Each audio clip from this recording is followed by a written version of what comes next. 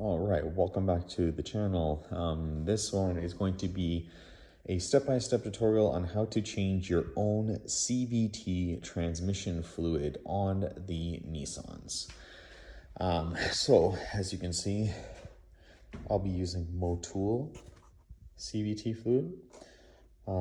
Original CVT fluid that comes from the dealership is normally transparently white, clear, yellowish. So this will be just a step-by-step on how to do it. So the first thing you need to do is you need to locate your dipstick. The dipstick on this one here is right down here. The lighting is bad, but it's actually sitting right where the tip of my finger is, that little black piece right there that I'm circling around. You're going to need to take this out first before you drain your transmission. The reason why is because they can be a bit of a bugger to remove, so take that out first. Once you remove that out, some people, they'll get this coolant reservoir out of the way and they'll go and do it through that way. Once you've done that, you're going to come down underneath the vehicle like this, locate your transmission oil drain plug. Right there, it is going to be a 19mm socket. You will take that off and some fluid will come out. After the fluid has come out, there will be an overflow little piece you have to remove as well. That is going to be on a 5mm Allen key. Okay, some vehicles come with it equipped, some don't. So if yours doesn't, don't worry about it. If yours does, 5mm Allen key. Okay. And then you'll get the second gush of transmission fluid coming out of there. I currently have the vehicle suspended in the air, off-centered, because so I can give you guys a good idea of where you're going to go. Draining it, you should probably have it level. As you can see, the pan right now, all of it's going to collect on the side here. So do it on the floor. It's really easily accessible right off here, off the front of the vehicle. And then especially it's even more important when you see in the next part when you have to fill it up, okay? Because then you've got to make sure your level is perfect. So first up, remove that cap. Use a flathead screwdriver and pry it. Once you've gone ahead and you've removed your dipstick here, if you look inside the hole here, if I can get a good lighting shot in there, there's a little tab in there that you can clearly see. If you use a flathead screwdriver on here on the bottom part and then pry it up, and then with your other hand pull it forward, you should get access to it. I removed the coolant reservoir just to get it out of my way to make it easier to fill, but you're going to need either a funnel with a tube on there or you're going to need a long neck funnel with a hose. So all right, so I already got my funnel in, which you definitely need to do first. Now we're going to see, I've already cracked this loose as well. It's a 19mm socket again, just as a reminder. Let's see how much comes out on the first plurge. Remember, this should be nice and clear.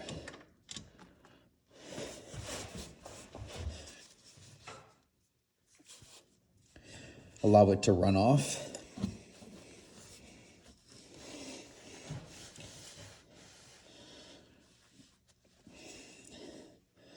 Let me skip to when it stops running.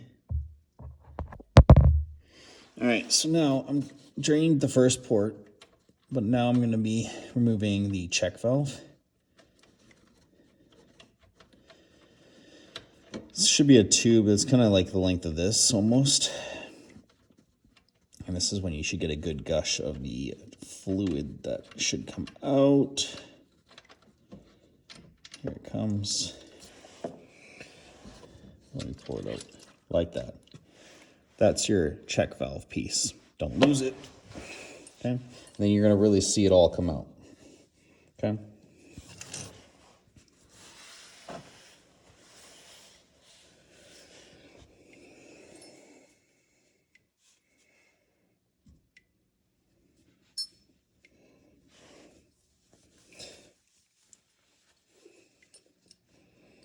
You get the gist. Just wanted to show you guys what it looks like up in there, okay? So the reason why you have to take out that second piece is because it holds like the remaining amount of fluid that's inside that transmission, right? So you have to remove it out. So that kind of gives you an idea of what it should look like on the inside, okay? Now that it's done draining, you're gonna take your check valve piece, okay? You're gonna put it back up in there. Hand thread it for the first bit. Now it doesn't have to be in there super tight, so don't crank on it because you're just gonna make your life harder the next time you have to do this, okay? But you just wanna have it in there so it's nice and snug, okay?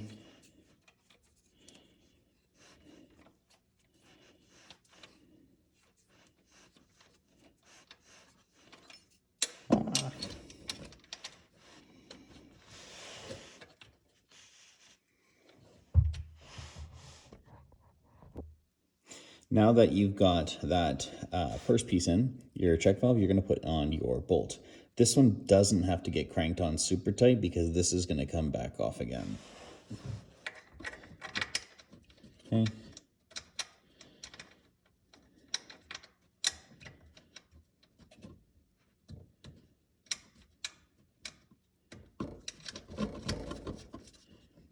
And then it's just a little snug with a 19mm socket. Okay.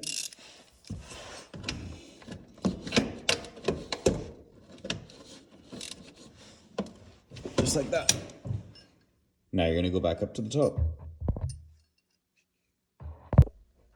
All right, so make sure that your hose is in the hole properly and in there good, because this is a very expensive fluid. You do not want to waste it, okay? And then fill it up. Now, CVT can only handle about 4. All right, now that you've filled it up, what you need to do now is you're actually gonna go in the vehicle, turn it on, and you're gonna put your oil cap pan back under there, and you're gonna break that initial nut loose. After you kind of shift through the gears on the vehicle, all the way from park all the way down to the very bottom of the low gear and then back to the top. That'll spread out the CVT fluid properly, and then all the remaining amount will come out, and then once it stops dripping, then you're going to cap it back open. So first things first, go in the vehicle, shift through your gears all the way to the bottom, slowly, 5 seconds in between, and then come back up.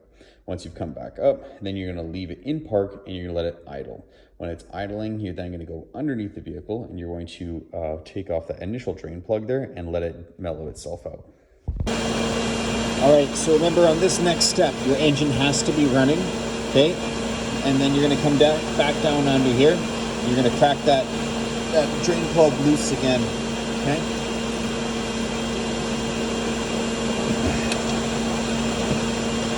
So, away for the moment.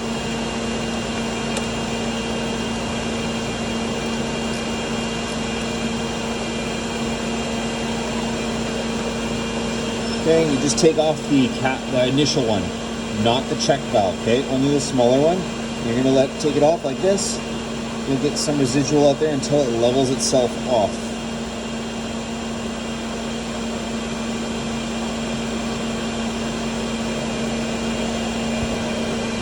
Now that it's leveled itself off, you're gonna tighten up the drain plug for the very last time, okay?